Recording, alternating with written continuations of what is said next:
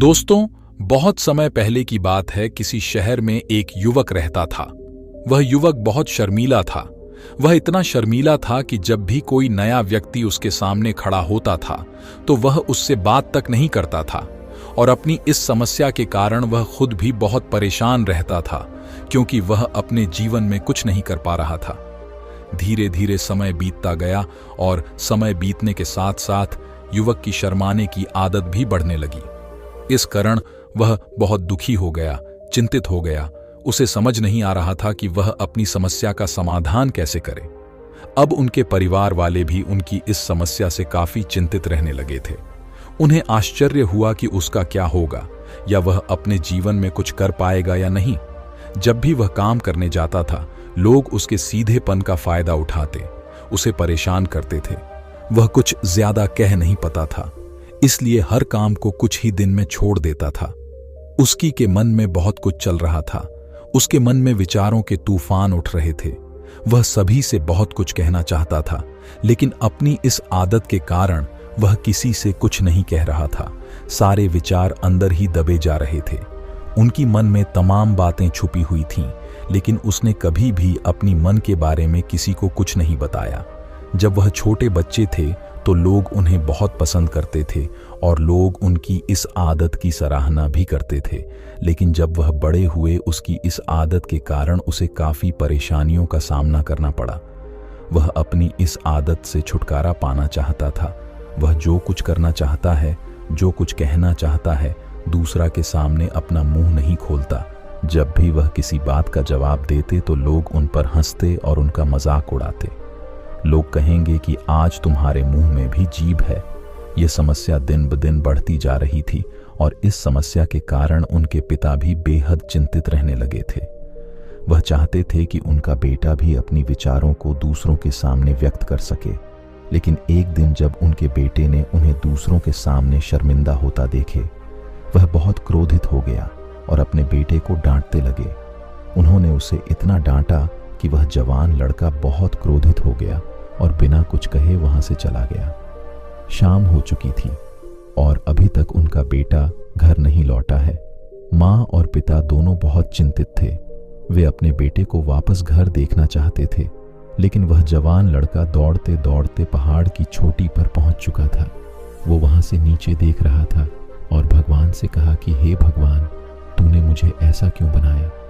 लोग मेरा मजाक उड़ाते हैं, लोग मुझ पर हंसते हैं। जब मैं इस दुनिया में अपनी मन की बात नहीं रख सकता, किसी का कुछ नहीं कह सकता, तो यह जिंदगी जीकर क्या करूं? मुझे नहीं पता कि ऐसी जिंदगी जीकर मुझे क्या मिलेगा, इसलिए मैं इस दुनिया से विदा लेना चाहता हूं। जैसे ही वह कूदने की तैयारी कर रहा था, तभी उसे पीछे से आवाज सुनाई दी, बेटा, अपनी जान दे देना बहुत आसान है, लेकिन तुम इस जिंदगी को वापस नहीं ले पाओगे। जैसे ही यह आवाज उसके कानों में पड़ी तो वह पीछे मुड़ गया। जैसे ही उसने पीछे मुड़कर देखा तो पाया कि उसके पीछे एक बौद्ध भिक्षु खड़ा है। उसे देखकर वह डर गया और अपने कदम पीछे खींचकर वहीं चुपचाप खड़ा हो गया। बौद्ध भिक्षु युवक से कहता है, बेटा, तुम यहां क्या कर रहे हो और इस जीवन को क्यों समाप्त करना चाहते हो? यह अनमोल जीवन बहुत कम लोगों को मिलता है और तुम्हें लगता है कि यह जीवन बेकार है। यह सुनकर युवक कहता है, नहीं, कुछ नहीं, मैं बस यहीं खड़ा होकर देख रहा था। तभी बौद्ध भिक्षु उस युवक से कहता है, बेटा, मुझे पता है कि तुम यहाँ क्या करने आए हो। तुम मुझसे कुछ भी नहीं छिपा सकते, लेकिन मैं चाहता हूं कि तुम मुझे समस्या खुद बताएं, तभी मैं आपको इसका समाधान बता पाऊंगा। यदि आप चाहते हैं कि मैं आपकी समस्या का समाधान करूं, तो आपको मुझे अपनी समस्या बतानी होगी, अन्यथा मैं कुछ करूंगा। उन बौद्ध भिक्षुओं की ये बातें सुनकर युवक कहता है, नहीं, मैं ठीक हूं। बौद्ध भिक्षु उस युवक से कहता है, ठीक है बेटा, अगर तुम नहीं चाहते कि मैं तुम्हारी मदद करूं तो कोई बात नहीं, मैं तुम्हारी बात मानने को तैयार हूं, लेकिन तुम्हें मेरी एक बात भी माननी होगी कि मैं यहां सिर्फ मदद करने के लिए हूं। अगर तुम चाहो तो मुझे अपनी समस्या बता सकते हो, मैं तुम्हारी समस्या का समाधान अवश्य करूंगा। इसके जवाब में युवक बौद्ध भिक्षु से कहता है, नहीं मैं ठीक हूं, आप जाइए। इस पर बौद्ध भिक्षु युवक से कहता है, ठीक है बेटा, अगर तुम चाहते हो कि मैं यहां से चला जाऊं तो मैं यहां से चला जाऊंगा, लेकिन मेरी एक बात याद रखना, मेरे जाने के बाद मैं तुम्हारी मदद नहीं कर पाऊंगा और हो सकता है और कि तुम्हारी मदद के लिए कोई नहीं होगा। इतना कहकर बौद्ध भिक्षु पीछे मुड़े और अपने रास्ते पर आगे बढ़ने लगा। युवक वहीं खड़ा यह सब देखता रहा। जैसे ही वह कुछ दूर पहुंचा तो उसे तेज आवाज सुनाई दी, गुरुदेव, मेरी समस्या बहुत बड़ी है, क्या आप इसे हल कर पाएंगे? क्या आप मुझे इसका समाधान बता सकते हैं? यह सुनकर बौद्ध भिक्षु वहीं खड़े हो गए और पीछे मुड़कर युवक की बात का जवाब देते हुए बोले, बेटा, इस दुनिया में ऐसी कोई समस्या नहीं है जिसका कोई समाधान न हो। तुम मुझे अपनी समस्या बताओगे तो मैं अवश्य समाधान करूंगा। तभी वह युवक बौद्ध भिक्षु को अपनी समस्या बताते हुए कहता है, गुरुवार, मेरी सबसे बड़ी समस्या यह है कि मैं शर्मीला हूँ। जब भी कोई मुझे बकवास बातें करते हुए सुनता हूँ और मुझे नहीं पता कि उन्हें कैसे जवाब दूं। मैं लोगों की तरह चालाक बनना चाहता हूँ। मैं लोगों की बातें का जवाब देना चाहता हूँ। मैं दुनिया के साथ आगे बढ़ना चाहता हूँ। क्या इसका कोई समाधान है? साधु ने उसे युवक द्वारा कही गई सभी बातें ध्यान से सुनी और फिर जवाब देते हुए कहती है कि बेटा, सामान्य से अधिक शर्मीले होने का मतलब है कि तुम्हारे अंदर कुछ डर है जिसे तुम पहचान नहीं पा रहे हो। शर्मीला होना अलग बात है और हमारे अंदर डर होना अलग बात है। जब हम डरते हैं तो किसी से बात नहीं कर पाते, हमें चारों तरफ सिर्फ डर ही डर नजर आता है, लेकिन इसे शर्म नहीं कहते। शर्म आपको एक हद तक ही चुप रख सकती है। फिर वह बौद्ध भिक्षु उस युवक से कहता है, बेटा, तुम्हें सबसे ज्यादा शर्म किस बात पर आती है? युवक इसका जवाब देते हुए कहता है, गुरुवर, मुझे अपने पिता से बात करने में बहुत शर्म आती है। मुझे यह भी नहीं पता कि उनके सामने कुछ कैसे बोलूं। तब वह बौद्ध भिक्षु उस युवक से कहते हैं, ठीक है, तो बताओ, जब तुम अपने पिता से बात कर रहे होते हो या उनसे बात करने की कोशिश करते हो तो तुम्हारी मन में किस तरह के विचार आते हैं? युवक इसका जवाब देते हुए कहता है, गुरुवर, जब भी मैं अपने पिता से बात करने की कोशिश करता हूं तो मुझे ऐसा लगता है जैसे मेरे पापा मुझे डांट देंगे और मुझ पर गुस्सा हो जाएंगे या नाराज हो जाएंगे, और कभी कभी मुझे यह भी लगता है कि मैं कुछ गलत कर दूंगा। यहां तक कि मेरी मन में भी ऐसे विचार आते थे। शायद मेरे पिता मुझसे प्यार नहीं करते, लेकिन गुरुवर, आप कहते हैं कि शर्म करना अलग बात है और डरना अलग बात है, तो क्या ऐसा कोई तरीका है कि मुझे डर नहीं लगता, जिससे मेरे अंदर का यह डर पूरी तरह खत्म हो जाए? कृपया मुझे इस समस्या का समाधान बताएं। मुझे अपने इस डर से बाहर निकलना होगा। मुझे भी बाकी लोगों की तरह अपनी जिंदगी खुलकर जीनी है। युवक की ये सारी बातें सुनने के बाद बौद्ध भिक्षु युवक से कहते हैं, यह बात अपने पिता को बताओ कि मुझे कुछ काम करना है और उसके लिए मुझे आपसे कुछ पैसे चाहिए। यदि आप उनसे पैसे मांगने में सफल हो गए तो मैं आपकी समस्या का समाधान अवश्य बताऊंगा। वह युवक बहुत घबरा गया और उसने उनसे कहा, गुरुवर, मुझे यह कार्य ना दीजिए। यहां तक कि उनके सामने मेरी बोली भी बंद हो जाती है। मैं उनसे पैसे कैसे मांग सकता हूं? उन्हें? यह सुनकर बौद्ध भिक्षु युवक से कहता है, तो फिर तुम्हारी समस्या का कोई समाधान नहीं है और न ही तुम कभी अपना जीवन बदल सकते हो। यह सुनकर युवक भिक्षुओं से कहता है, गुरुवर, ऐसा मत कहो। कृपया मुझे कोई और काम बताओ, ऐसा काम जो मेरे अंदर के डर को पूरी तरह से खत्म कर सके। मुझे कोई ऐसा उपाय बताओ। इसका जवाब देते हुए बौद्ध भिक्षु ने युवक से पूछा। वह कहते हैं, बेटा, अगर तुम अपने अंदर का डर खत्म करना चाहते हो तो सबसे पहले तुम्हें मेरा यह काम करना होगा जो मैंने तुम्हें बताया है। युवक घबरा जाता है और बहुत सोच विचार करने के बाद कहता है, ठीक है, अगर आप चाहती हो कि मैं यह करूं तो मैं उसे करने की पूरी कोशिश करूंगा। इतना कहकर युवक घर लौट आता है और उसे देखकर उसके माता पिता बहुत खुश हो जाते हैं और युवक डरते हुए अपने पिता से कहता है, पिताजी, मुझे आपसे कुछ कहना है। इस पर उनके पिता कहते हैं, बताओ क्या बात है। युवक आगे कहता है, पिताजी, मैं कुछ करना चाहता हूं और इसके लिए मुझे आपसे कुछ पैसों की जरूरत है। क्या आप मुझे कुछ पैसे दे सकते हैं? यह सुनकर युवक के पिता ने उसे ध्यान से देखा बहुत देर देखने के बाद वह खुशी से लेट गया और तुरंत अपने बेटे के हाथ पर कुछ पैसे रख दिए और कहा, बेटा, इतने पैसे या और चाहिए? जवाब में युवक अपने पिता से कहता है, नहीं पापा, इतना काफी है। युवक तुरंत पैसे लेकर वापस बौद्ध भिक्षु के पास भागा और उसके हाथ में पैसा लेकर कहा, गुरुवर, जैसा आपने कहा था, मैं आपके पास पैसे लेकर आया हूं। मैंने अपने पिता से पैसे मांगे हैं। अब आप मेरी समस्या का समाधान बताएं। तभी बौद्ध भिक्षु युवक से कहते हैं, अरे, इतनी जल्दी क्यों है? अब तुम्हें मेरा एक काम और करना होगा, तभी मैं तुम्हें तुम्हारी समस्या का समाधान अवश्य बताऊंगा। और यदि तुम मेरा यह काम पूरा नहीं कर सकते तो मैं कभी तुम्हें समस्या का समाधान नहीं बताऊंगी। तभी वह युवक उन बौद्ध भिक्षु से कहता है, हे गुरुवर, मैंने अभी तुम्हारे लिए एक काम किया है, अभी तुम और एक काम करने के लिए बोल रहे हो। तब बौद्ध भिक्षु युवक से कहता है, हाँ, तुम्हें मेरे लिए एक और काम करना होगा।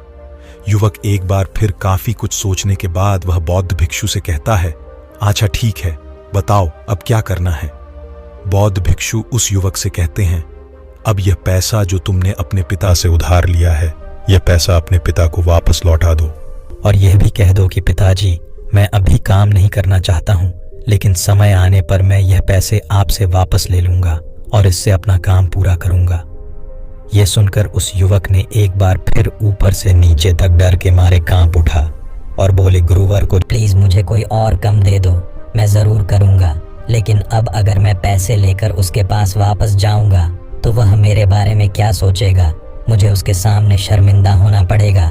इसलिए गुरुवर, कृपया मुझे कुछ और काम दे दो। तब बौद्ध भिक्षु युवक से कहता है, बेटा, मैंने तुम्हें जो काम दिया है, तुम्हें वह काम पूरा करना होगा, नहीं तो मैं तुम्हारी समस्या का समाधान नहीं बताऊंगा। बहुत डरने और सोचने के बाद वह बौद्ध भिक्षु से कहता है, ठीक है गुरुवर, मैं वापस जाकर ये पैसे लौटा दूंगा, तुरंत आ जाऊंगा। वह तुरंत भागा और अपने पिता के पास लौट आया। उसने अपने पिता से कहा, पिताजी, मैं अभी यह पैसा नहीं लेना चाहता, आप यह पैसा मुझसे वापस ले लीजिए। जब मेरे पास किसी चीज की कमी होगी तो मैं तुमसे ये पैसे वापस ले लूंगा। उसके पिता उस युवक को तब तक घूरते रहे और फिर मुस्कुराते हुए कहा, बेटे, मैं समझती हूँ कि कोई भी काम शुरू करने से पहले हमें उसके बारे में जानकारी जुटा लेनी चाहिए। कब क्या, कैसे और कब करना है, यह समझना जरूरी है। हमें इसकी जानकारी लेना भी जरूरी है। यूं ही कोई काम शुरू नहीं किया जा सकता। हमें आकलन करना होगा कि हम इसमें सफल होंगे या नहीं, और जब हमें सही जानकारी मिले तभी हमें पैसा निवेश करना चाहिए। मुझे बहुत खुशी है कि आपने ये सही फैसला लिया है। जब आप ये समझ जाएंगे कि जो काम आप करने जा रहे हैं वह आपके लिए सही है, तो आप चाहें तो मैं ये पैसा आपको वापस लौटा दूंगा। युवक अपने पिता से ये सब बातें सुनकर बहुत खुश हुआ। उसने सोचा भी नहीं था कि उसके पिता उसे इस तरह हंसते हुए सारी बातें समझाएंगे। वो बस यही सोच रहा था। तभी उसके पिता उसके करीब आए और अपने बेटे को गले लगा लिया। जैसे ही उसके पिता ने उस युवक को गले लगाया तो उसे बहुत अच्छा महसूस हुआ।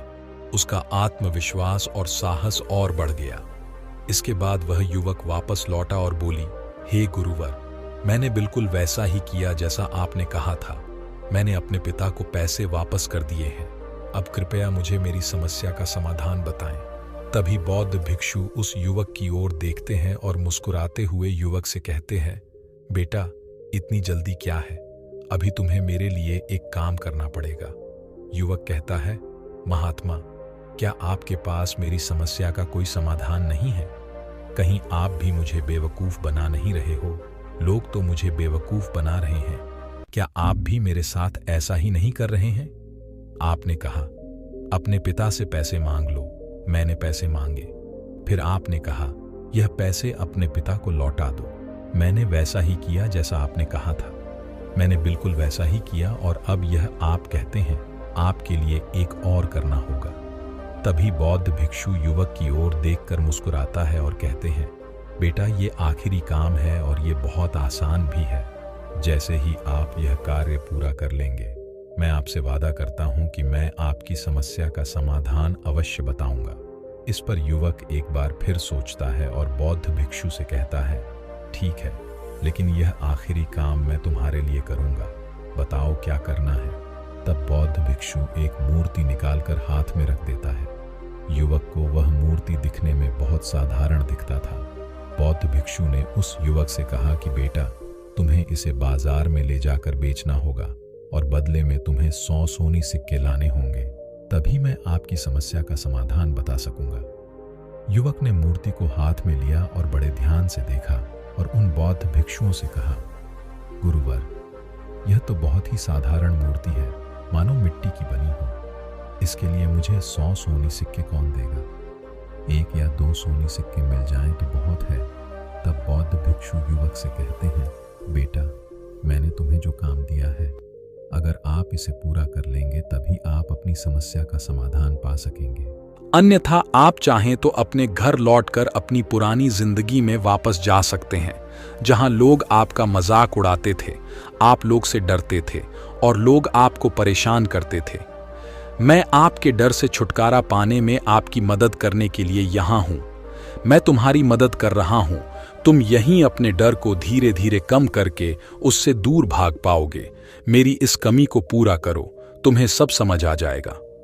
वह युवक उन बौद्ध भिक्षुओं की बात सुनकर मन ही मन सोचता है कि मुझे किसी भी तरह समस्या से निजात पाना है। वह मूर्ति उठाता है और बाजार चला जाता है। बाजार पहुंचने के बाद वह चुपचाप मूर्ति के साथ एक जगह खड़ा हो जाता है और इंतजार करने लगता है कि कोई आकर उससे मूर्ति के बारे में पूछेगा और फिर वह उससे मूर्ति के बदले 100 सोनी सिक्के मांगेगा। काफी समय बीत गया, लेकिन अब तक कोई भी उसके पास नहीं आया। उसने चारों ओर देखा तो लोग चिल्ला रहे थे और अपने बच्चों को जोर जोर से बुला रहे थे। उसने यह भी सोचा कि अगर मुझे अपनी यह मूर्ति बेचनी है तो मुझे भी जोर से चिल्लाना होगा। युवक उस पर चिल्लाने लगा, लेकिन इतनी जोर से चिल्ला रहा था कि उसकी आवाज खुद को भी नहीं सुनाई दी। दूसरे लोग उसकी आवाज कैसे सुन सकते थे? इसे कोई खरीदने को तैयार नहीं था। धीरे धीरे शाम हो गई और व्यक्ति को डर लगने लगा कि कहीं बौद्ध भिक्षु वहां से चला ना जाए, अन्यथा उसे अपनी समस्या का समाधान कौन देगा। यह सोचकर वह जोर जोर से चिल्लाने लगा, ये मूर्ति 100 सिक्कों में ले लो।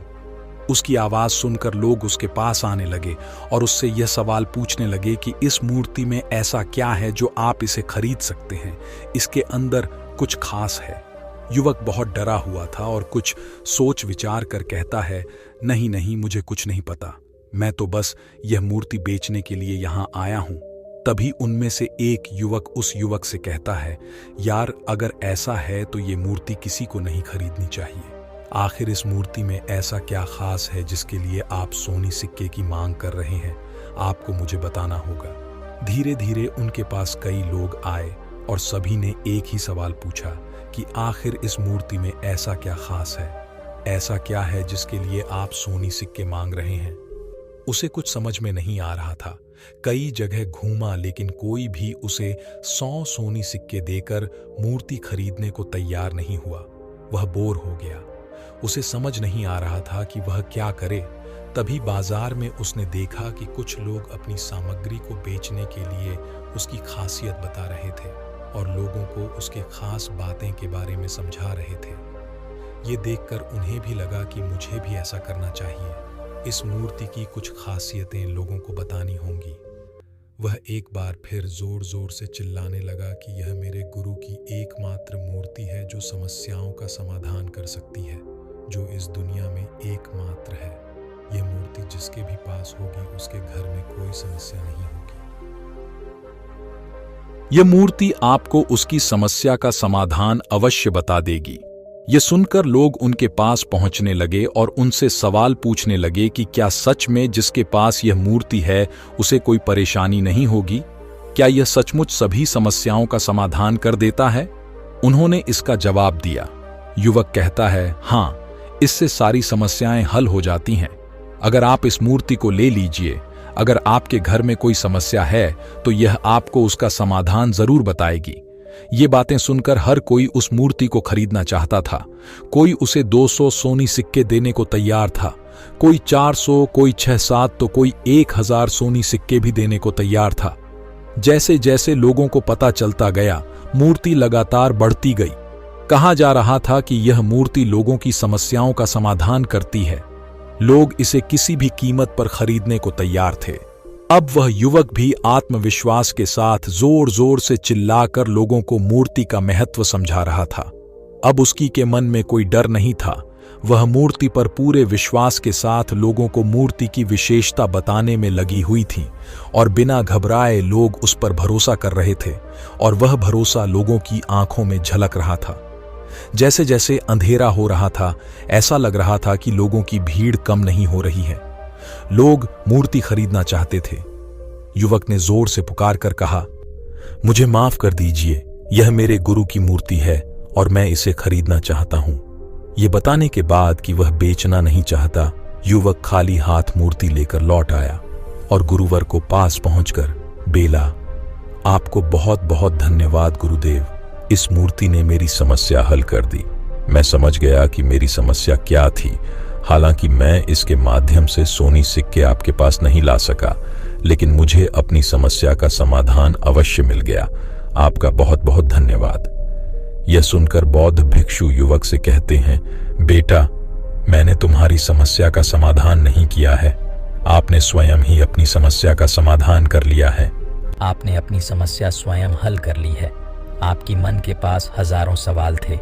अगर मैं ऐसा करूंगा तो लोग क्या कहेंगे, मेरे बुजुर्ग क्या सोचेंगे, अगर मैं अपना मुंह खोलूंगा तो लोग मुझ पर हंसेंगे, अगर मैंने अपना मुंह खोला तो मैं जरूर कुछ गलत कर रहा हूं।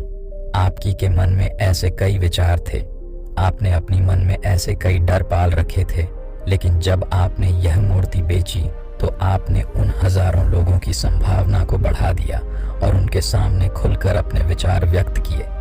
जब तुमने वह कहा जो तुम्हें कहना था तो तुम्हारी मन का डर अपने आप गायब हो गया। जिसे आप शर्मीलापन कहते थे वह आपके भीतर से अपने आप गायब हो गया। युवक ने अपने गुरु की यह बात सुनकर अपने गुरुवर से कहा, गुरुवर, आप सही कह रहे हैं।